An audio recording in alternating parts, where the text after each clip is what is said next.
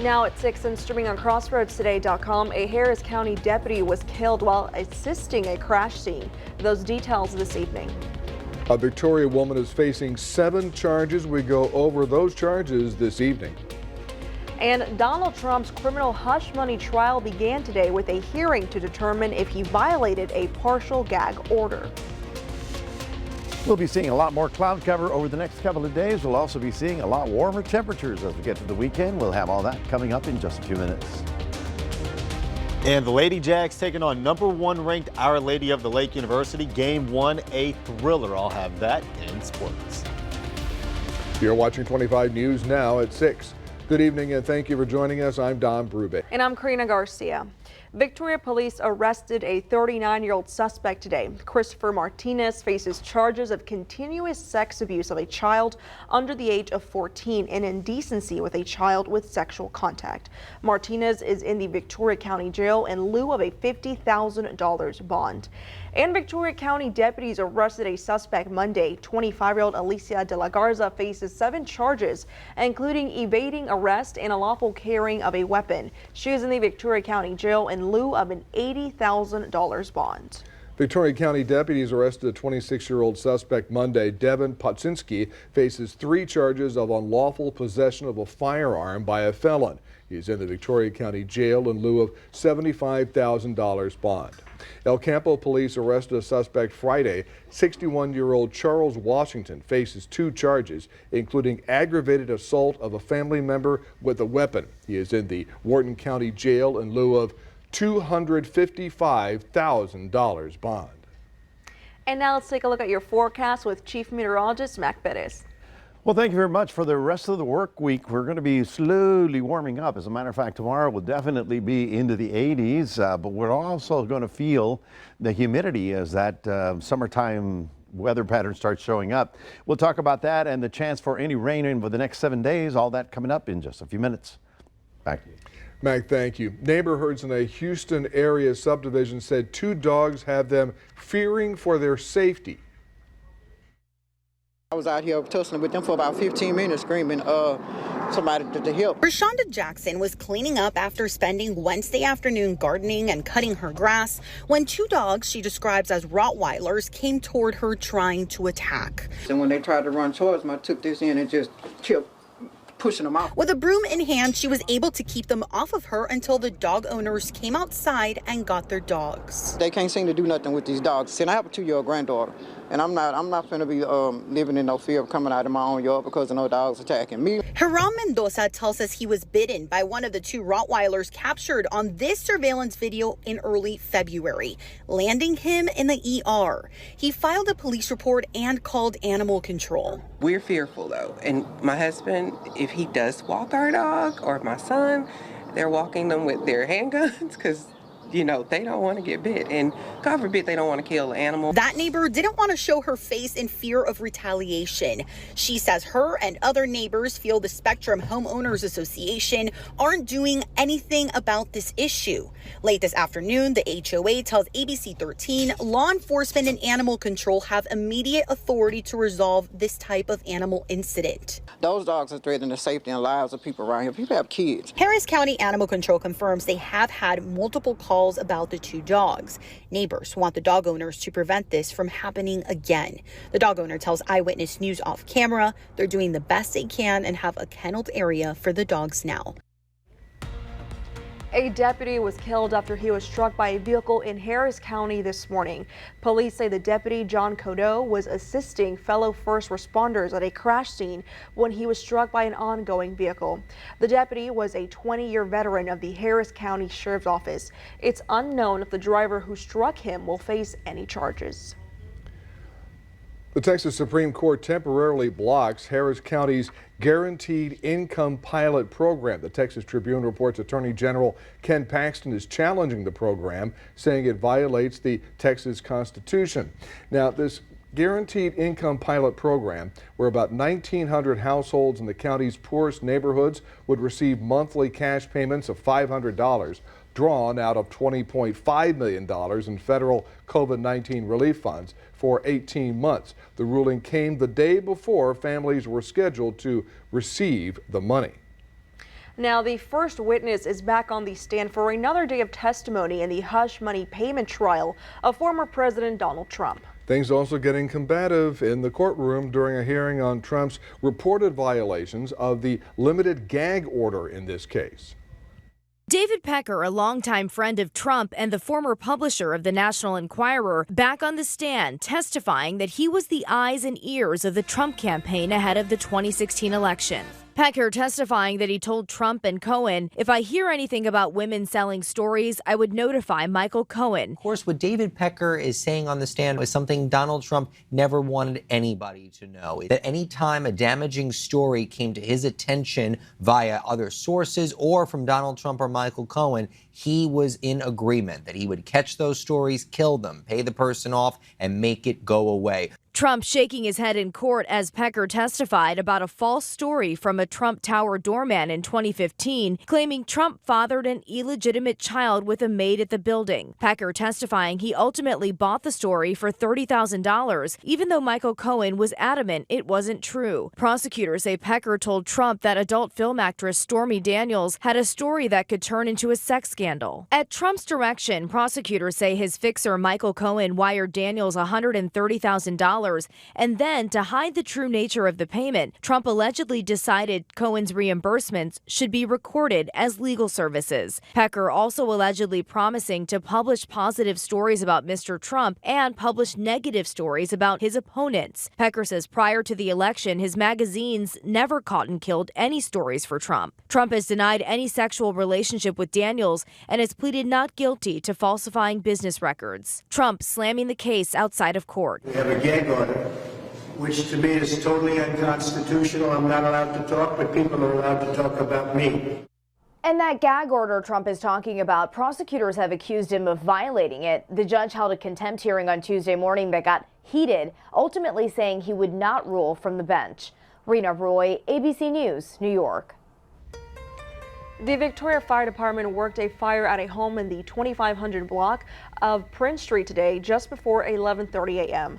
The home has extreme damage. The cause of the fire is currently under investigation and no one was hurt. This area is in southeast Victoria. Now, early voting in Victoria for the May 4th election is underway. And the numbers from the Victoria County Election Administrator look like this.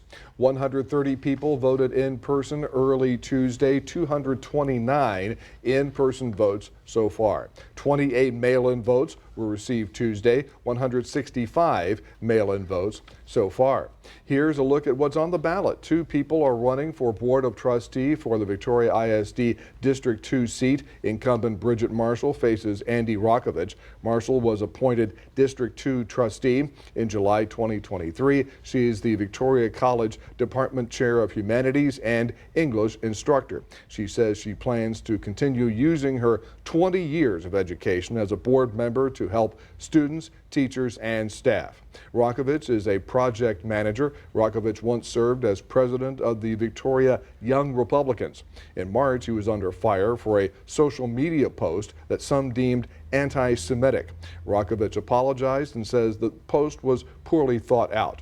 Rokovich wants to ensure inclusivity and representation for all in the community. Voters will also vote for 1, 2, or 3 of the candidates for Board of Directors in the Victoria County Drainage District Number 3. On the ballot, Justin Leda, Ryan Pletcher, Candy Markle-Beck, and Wayne Leda. In the race for City Council in District 3, we have April Butler running against Woodrow Wilson Wagner II. Butler is a local business owner. One of the issues she wants to address is retaining first responders. Butler says she has a plan to increase pay for first responders without raising taxes. Wilson Wagner says he has a track record of advocacy and desire to give back to his hometown. His primary focus, if elected, is to give first responders better pay to prevent them from leaving Victoria. Wagner says his experience in government will help him find solutions for the city. Now, voters will also vote for 1 or 2 candidates for Board of Directors in the Victoria County Water Control and Improvement District Number 1. On the ballot is Robert Cardenas, Devin Wallace, and Robert Montalvo. So here is your Veer poll. The question is, what is getting you to the polls on May 4th? Is it Victoria County Drainage District 3? Is it the City Council member, place 3, VISD District 2, Industrial ISD trustee, or Victoria County Water, or are you voting in another county? According to our results, it looks like City Council member takes the lead with 41% of the vote. Thank you for voting. Come to crossroadstoday.com/vote to take part, and we're going to have an update on 25 News Now at 10. Now you can vote at the Dr. Patty Dodson Public Health Center, 2805 North Navarro, Classroom A. Early voting hours this week are 8 a.m. to 5 p.m. The polls open next Monday and Tuesday, April 29th and 30th from 7 a.m. to 7 p.m. And the Victoria Central Appraisal District is hosting a property tax community outreach session tonight. It's just started just a few minutes ago at the Dr. Patty Dodson Public Health Center, 2805 North Navarro. They will discuss topics like how the district appraises value, how to file for an exemption, the different types of exemptions, how to qualify for ag and wildlife exemptions, how to fill out your business personal rendition form, and understanding the protest process. That meeting's going on right now. And remember to subscribe to our YouTube channel, Crossroads Today. Hit the like button and click the notification bell so you can see Crossroads Today on YouTube. Thank you. You already know. That's right. Stay with us. A movement that started in New York is spreading across the nation. Coming up on 25 News Now at 6, how college campuses, even now in Houston, are handling the war in Gaza protests. Also had Tesla layoffs continue, this time in Austin.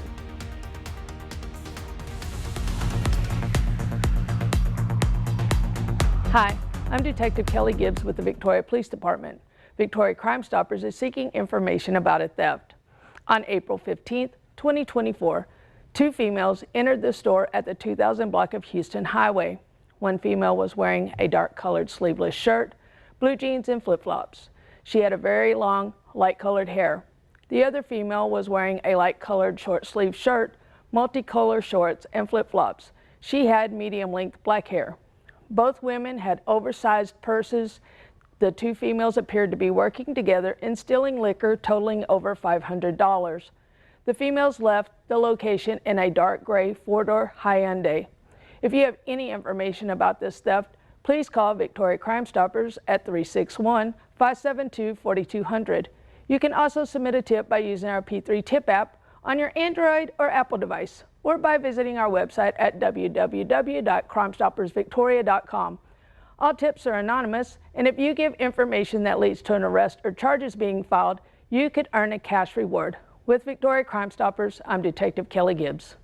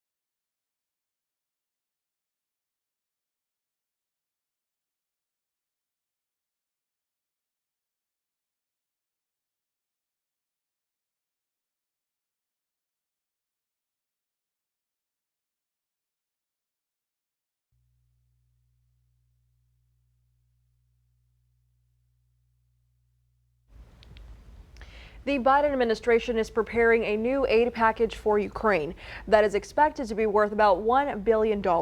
That's according to multiple sources familiar with the matter. They say it's set to be approved by President Biden after the Senate passes a new foreign aid funding bill as soon as this afternoon. Sources say administration officials indicate the U.S. will likely send long-range missile systems to Ukraine for the first time. Now, a movement that started at Columbia University in New York now stretches to the West Coast with more students protesting the war in Gaza. And there were protests today at the University of Houston, the main campus, and also at Rice University. There are concerns about student safety, access to classrooms, and the possibility of violence.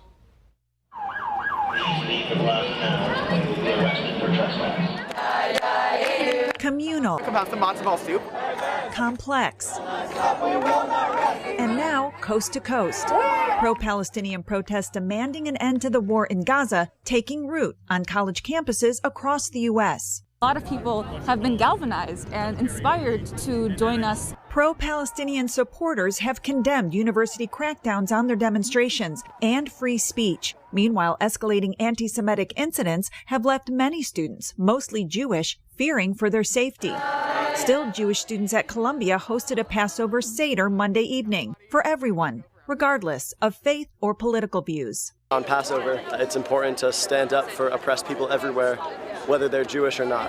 There remains a keen awareness of potential violence, and the NYPD says it has received several reports of harassment.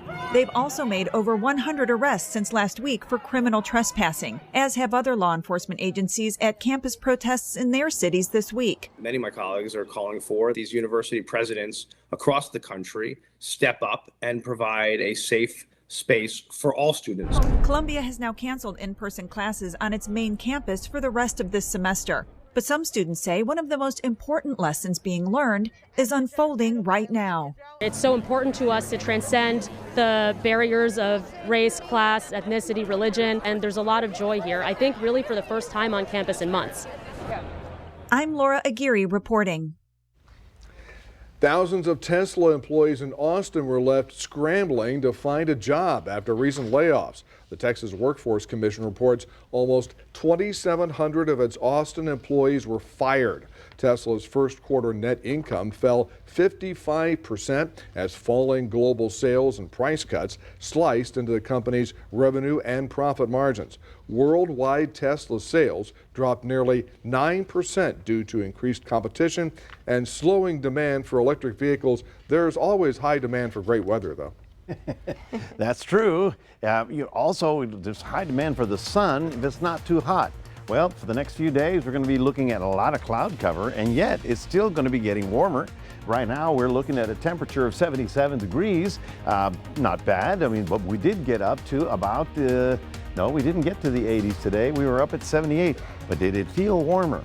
Some people were complaining. It's going to be in the upper 80s by this weekend, and we'll be talking more about that coming up in a moment.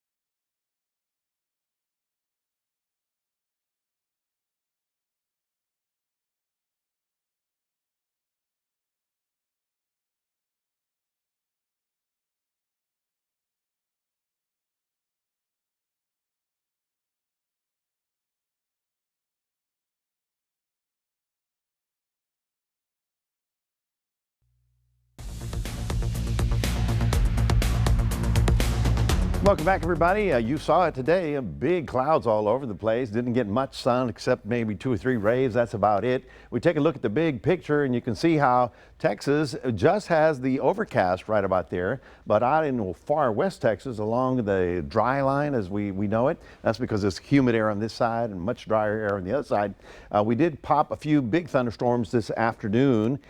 These are not a problem as far as we're concerned, but we're certainly watching them because this is where they are triggered in the afternoon hours. The good news is that by sundown, they lose their energy.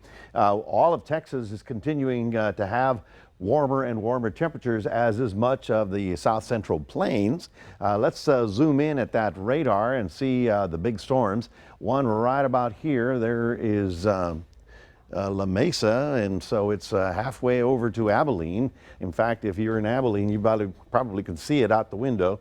Also, this activity generally triggers off of the mountains of northern Mexico and drifts inland. So Sonora, I-10, Alpine, all those places out in far west Texas may be dealing with that, but that is not coming in our direction. We're going to be looking at a lot of cloud cover, and yet look at your temperatures. They're going to be getting warmer and warmer. We're looking for 83 and then 85 and then 80, 87, 87.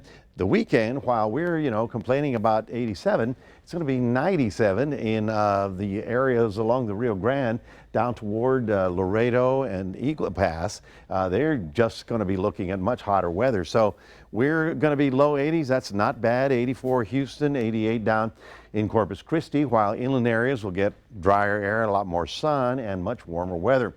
Now, as we see in Future Tracker, this is going into the next 24 hours. You can see the big tons of moisture rolling up into the state. That looks like rain. I know it's green, but that's probably moisture in the heavy cloud deck because it's going to be very squished down. So it's going to be, there's moisture up there. It's just nothing to trigger the lifting to cool it down, to actually bring it down to our area. And so we go from that Tuesday into Wednesday and then on into Thursday. Now there are 2 storms in the country right now, neither of which are going to have a huge bearing on us. But that next one that you see coming out of the northwest, that may have a little bit to do with us by the weekend.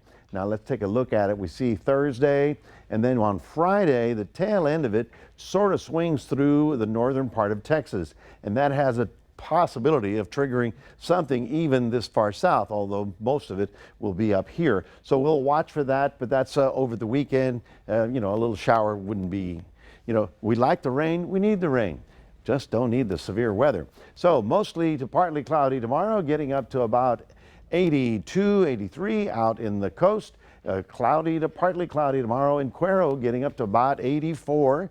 So yeah, a little warmer. And we'll slowly be rising the temperatures until the weekend. I'm going to say your Saturday looks great, slight chance on Sunday, and then we'll watch and wait to see if anything develops for early next week.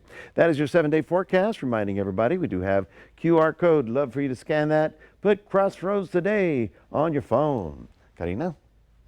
Thank you, Mac. And now here's Zach Brown with your sports. A thriller over at the Youth Sports Complex with the Lady Jags. I'll have highlights coming up in sports.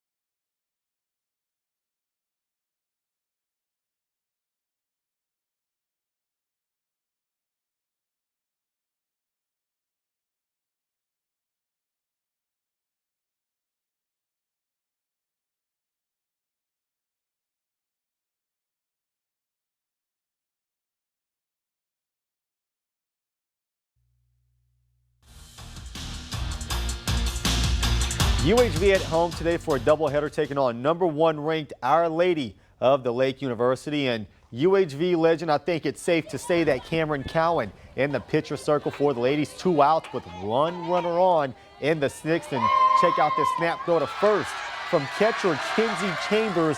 Nails her to end the inning. Now neither team could score. We would actually go to the 9th inning. 2 runners on. This ball knocked foul. OLLU not happy about that one, to say the least, and they argued about it, and that was a huge call because Cowan would get her looking for a huge out, #1. Next batter, Cowan freezes her as well. No way she's actually going to be able to escape the 2-on, nobody out threat. Looking for out #3. There's a slow roller. It gets past the third baseman. Throw to second. They say she's off the bag. Second look at it. Oh, I don't know. And while the confusion's going on at second, check this out. She comes home. OLLU takes the 2-1 lead. That is the final score. Tough way to lose that game. It is NFL Draft Week, and we have 2 local superstars who will probably be hearing their name called at some point this week. Jonathan Brooks and, of course, Jordan Whittington. But there is some sad news for a former Cuero Gobbler, Arthur Whittington, who is the uncle of Jordan Whittington. He has passed away at the age of 68. Whittington won a championship with Cuero in 1973, won a Super Bowl with the Raiders in 1981. He also played football at SMU. The Houston Texans starting a new era, hopefully getting some winning ball going as well, and they'll be doing it in some new threads. Today at around 10 a.m., the Texans have unveiled 4 new uniforms. The Deep Steel Blues and Whites got some upgrades, and Battle Red also got a sleek new look to go along with a bright red helmet. They also got a brand new alternate jersey with a brand new helmet that will sport a H. It's going to have that Houston blue, as they call it, instead of the signature Bull logo. And that's going to lead us to your viewer poll. Are the Texans' new uniforms hot or not? And that's kind of what I was expecting. 100% of people say yes. Nobody has said no quite yet, but thank you for voting, and maybe we'll have an update later on tonight at 10. Now, some hoops. Lakers in Denver trailing 1-0, up by 1 point late, but LeBron vicious slam puts them up 3 late in the 4th, but just seconds later, Denver somehow able to save this ball to Michael Porter Jr., who nails the 3 to tie the game at 95 apiece. But LeBron does what he's done for over 2 decades, hit a huge bucket late. Layup has the Lakers up 2 with 47 seconds to go. But Denver's Jamal Murray would come up big as he nails the jumper, and we're tied at 99. Next possession, LeBron has a wide open look at a 3, rims out. Denver holds for the final shot. They give the ball to Jamal Murray at the horn. Denver leads 2-0. LeBron and the Lake Show on the ropes. That is it for your sports. Donna, Karina, back to you. Thanks, Zach. We're back in a moment. Rescued from the spillway of a Colorado dam, 2 mountain lion cubs.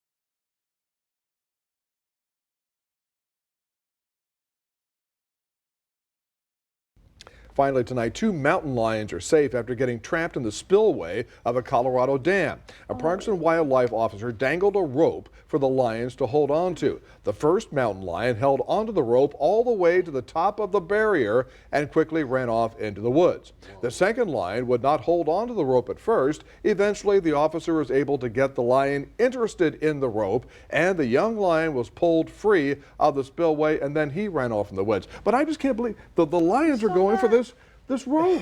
No, cats are That's smart. amazing to me.